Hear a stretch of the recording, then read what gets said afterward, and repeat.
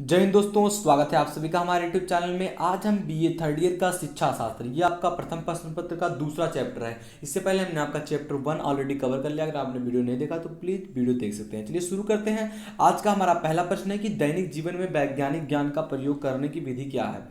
जो आपका दैनिक जीवन है इसमें वैज्ञानिक ज्ञान का प्रयोग करने की विधि क्या है, तो करेक्ट आंसर आपका क्या हो जाएगा, तकनीकी। ए आपका तकनीकी करेक्ट आंसर होगा इसके लिए। हमारा दूसरा नंबर का प्रश्न क्या कह रहा है कि विज्ञान का कला में प्रयोग जो है, प्रयोग तकनीकी है। यह कथन किसका, ऐसा कहने वाले कौन है कि जो विज्ञान का कला है में प्रयोग तकनीकी है, तो ऐसा कहने वाले कौन है, ऑफिस ने ऐसा कहा था। तो आपका करेक्ट आंसर ऑप्शन बी हो जाएगा। हमारा तीसरा नंबर का प्रश्न क्या कह रहा है कि विद्यालय में किन परिस्थितियों में तकनीकी का प्रयोग किया जा सकता है। विद्यालय में किन सिचुएशन में तकनीकी का प्रयोग किया जा सकता है, तो करेक्ट आंसर होगा आपका ऑप्शन डी, उपरोक्त सभी में। उपरोक्त सभी यानी कि विद्यालय कार्यक्रम तैयार करने तथा उसके प्रयोग में, विद्यालय में दूरदर्शन आकाशवाणी तैयार करने में, जो आपका कार्यक्रम है इसको तैयार करने में, अध्यापकों के प्रशिक्षण में। तो आपका करेक्ट आंसर उपरोक्त सभी यानी कि ऑप्शन डी आपका करेक्ट हो जाएगा इसके लिए। हमारा अगला प्रश्न है चौथा नंबर का कि तकनीकी एवं विज्ञान के आविष्कार और नियमों की शिक्षा की प्रक्रिया में प्रयोग ही शैक्षिक तकनीकी या परिभाषा दी गई है, या परिभाषा किसके द्वारा दी गई है, ऐसा किसका मानना है,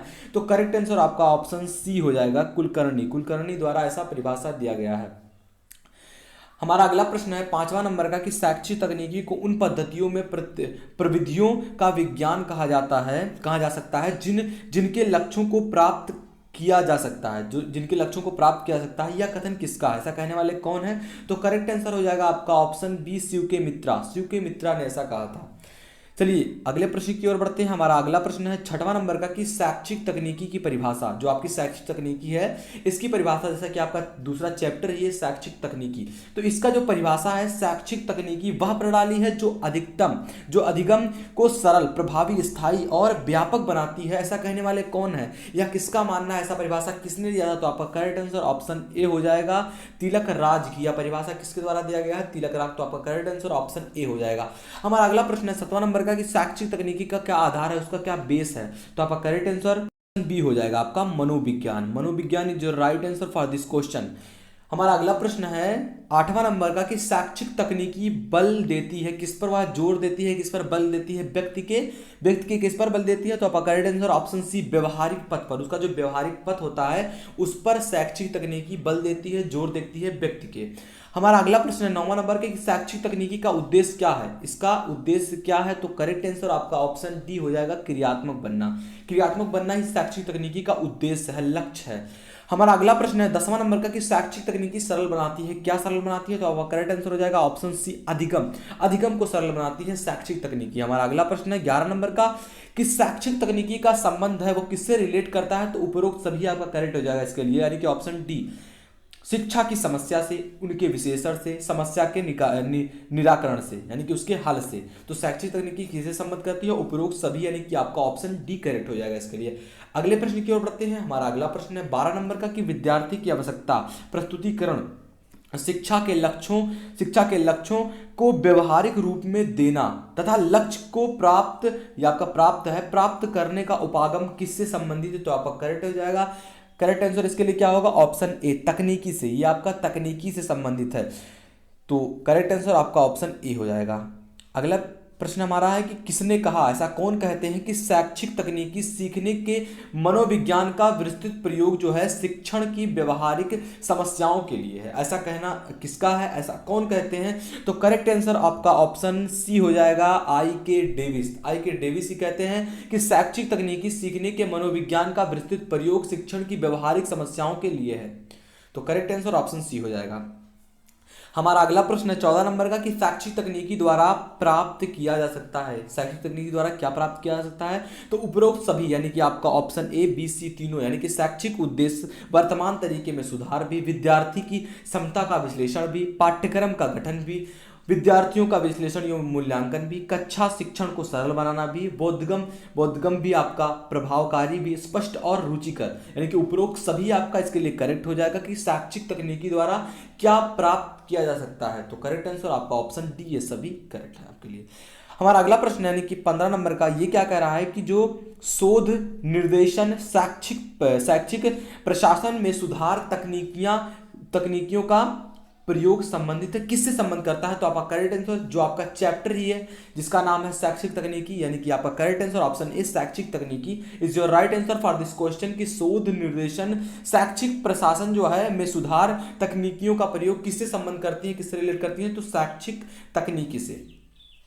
चलिए बढ़ते हैं हम अगले प्रश्न की ओर। हमारा अगला प्रश्न है यानी कि 16 नंबर का, ये क्या कह रहा है कि शिक्षा के क्षेत्र में तकनीकी का प्रयोग, इसका क्या अर्थ है? तो करेक्ट आंसर उपरोक्त सभी, यानी कि जो आपका शिक्षा है इसके क्षेत्र में तकनीकी हम ला रहे हैं, इसका जो तकनीकी के प्रयोग ला रहे हैं इसका क्या अर्थ आप ले सकते हैं? तो करेक्ट आंसर होगा आपका उपरोक्त सभी डी, यानी कि जो आपका ABC तीनों करेक्ट है। कम समय में लगाना, कम समय का लगाना, आपका अध्यापन क्षमता का विकास, सीखने के स्तर को कम किए बिना सीखने वालों की संस्था में निरंतर वृद्धि करना, यानी कि ये सभी शिक्षा के क्षेत्र में तकनीकी का अर्थ है, तकनीकी के प्रयोग का अर्थ है अगर आप प्रयोग करते हैं तकनीकी का।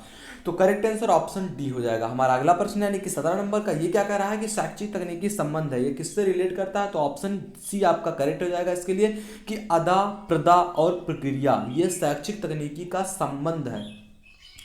अगला प्रश्न है हमारा 18 नंबर का, ये क्या कह रहा है कि निम्न कथन में सही कथन छाटिए। आपको क्या करना है? सही कथन को छाटना है। तो आपका करेक्ट आंसर इसमें हो जाएगा आपका ऑप्शन बी, यानी कि पहला, दूसरा एवं तीसरा। अब देखिए इसमें आपका पहला क्या था कि शैक्षिक तकनीकी प्रभावशाली अधिगम हेतु विधियों और प्रतिविधियों के आधार पर विकास जो बल देती है इस पर, और दूसरा इसमें आपका था क्या कि इसमें अधिगम उद्देश्यों की प्राप्ति हेतु उचित दशा, यानी कि वैज्ञानिक ज्ञान का प्रयोग तथा समस्याओं के विश्लेषण, उसके निराकार तथा जो आपका तथा लिखा गया है तथा शिक्षा में सुधार, और तीसरा आपका क्या था कि निरंतर विकासशील एवं प्रयोगिक विधि है। तो आपका करेक्ट आंसर क्या हो जाएगा? बी, पहला, दूसरा एवं तीसरा ये करेक्ट है आपके लिए। तो करेक्ट आंसर आपका ऑप्शन बी हो जाएगा। हमारा अगला प्रश्न है यानी कि 19 नंबर का, ये क्या कह रहा है कि शैक्षिक प्रक्रिया के यात्रीकरण जो है में शैक्षिक तकनीकी के 3 रूप अपनाए जा सकते हैं। तो कौन सा आपका करेक्ट होगा इसका? ऑप्शन ए मनोविज्ञान, यहां लिखा गया था मनोविज्ञान जो संरक्षण है, ये आपका करेक्ट आंसर हो जाएगा इसके लिए। आगे बढ़ते हैं। हमारा 20वां नंबर का प्रश्न क्या कह रहा है कि जो शैक्षिक तकनीकी के प्रयोग संबंधित मूल सिद्धांत क्या हैं, इसके मूल सिद्धांत क्या हैं? तो आपका करेक्ट आंसर हो जाएगा आपका ऑप्शन डी, ए और दोनों विकल्प आपका करेक्ट हो जाएगा इसके लिए कि विद्यार्थियों के व्यवहार में परिवर्तन, पाठ्यक्रम का त्रुटिपूर्ण होना। तो करेक्ट आंसर आपका ऑप्शन डी हो जाएगा, ए और बी दोनों। आगे बढ़ते हैं। हमारा अगला प्रश्न है 21 नंबर का कि शैक्षिक तकनीकी को प्रभावित करने वाले कारक कौन से? इनमें से शैक्षिक तकनीकी को प्रभावित कौन करते हैं, कौन कारक है? तो आपका करेक्ट आंसर हो जाएगा ऑप्शन डी, विकल्प बी और सी, यानी कि मनोविज्ञान, आंकड़े और शब्द, दृश्य और सामग्री।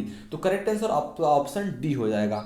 आगे बढ़ते हैं। हमारा अगला नंबर का प्रश्न क्या कह रहा है 22 नंबर का कि शिक्षण में मनोविज्ञान के प्रयोग से क्या लाभ होता है, इससे क्या लाभ होता है हमारा? तो करेक्ट आंसर आपका हो जाएगा ऑप्शन बी, अपनी क्षमता अनुसार सीखने का अवसर हमें प्राप्त होता है कि हमारी क्षमता क्या है इसके अकॉर्डिंग हम सीख पाते हैं चीजों को। तो शिक्षण में मनोविज्ञान के प्रयोग से हमारे अंदर जो क्षमता है इसको सीखने का हमें लाभ प्राप्त होता है, अवसर प्रदान होता है।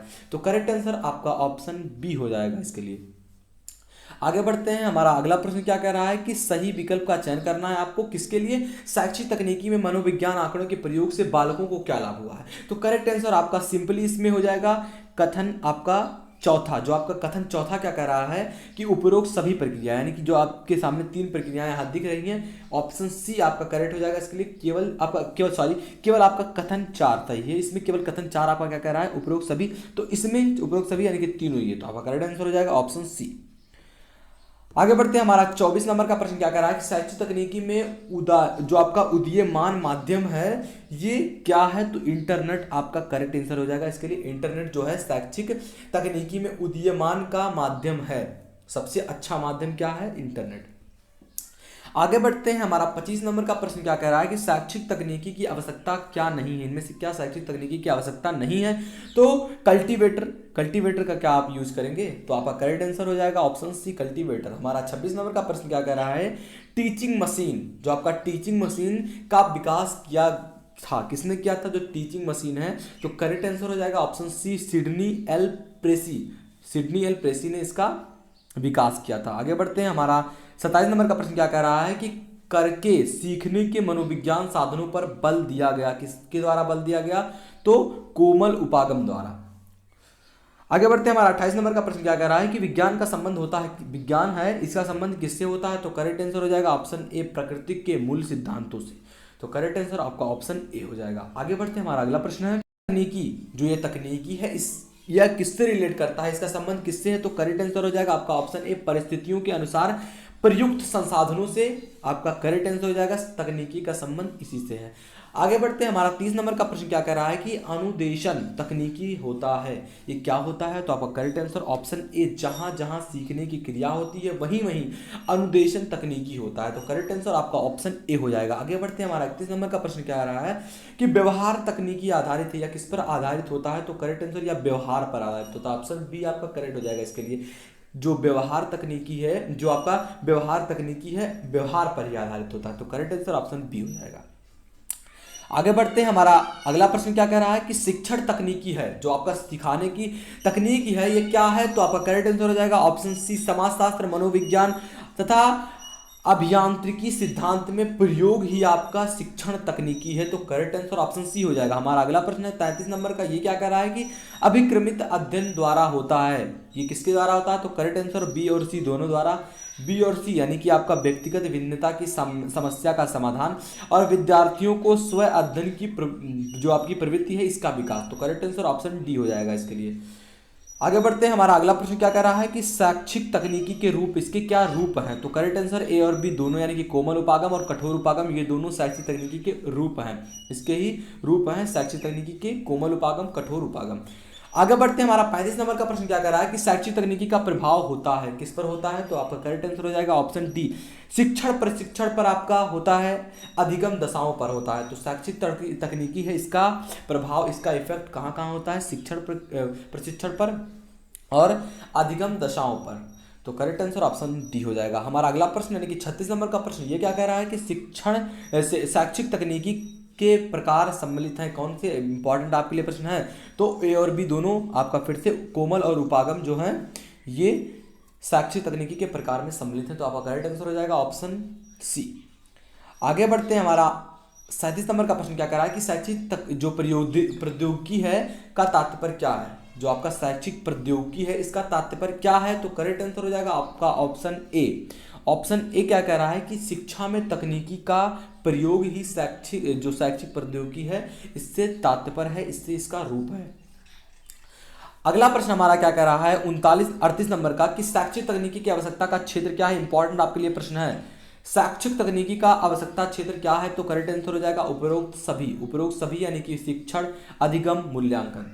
करेक्ट आंसर उपरोक्त सभी डी करेक्ट हो जाएगा। हमारा अगला प्रश्न है 39 नंबर का कि शैक्षिक तकनीकी प्रयोग है, इसका प्रयोग किससे है? तो वैज्ञानिक ज्ञान का, इससे आपका शैक्षिक तकनीकी का प्रयोग करते हैं। दोस्तों ये था आज का हमारा प्रश्न यानी कि दूसरा जो चैप्टर है आपका बीए थर्ड ईयर शिक्षा शास्त्र, दूसरा चैप्टर प्रथम प्रश्न पत्र का। तो 39 प्रश्न हमने कवर कर लिया है। आशा करते हैं ये वीडियो आपको पसंद आई होगी। वीडियो पसंद आए तो प्लीज़ दोस्तों लाइक कर दीजिए वीडियो को। चैनल को सब्सक्राइब नहीं किया तो जल्दी चैनल को सब्सक्राइब कर दिए, अपने दोस्तों में इस चैनल को भेज दीजिए ताकि उन्हें भी इंपॉर्टेंस मिल सके, वो अच्छा करके आए एग्जाम में। तो आशा करते हैं वीडियो जब आपको पसंद आएगी, वीडियो पसंद आए तो प्लीज़ लाइक करना, चैनल पर नए तो चैनल को सब्सक्राइब कर लीजिए। वीडियो पाने के लिए मिलते हैं आपसे अगली वीडियो में, तब तक के लिए जय हिंद, जय भारत।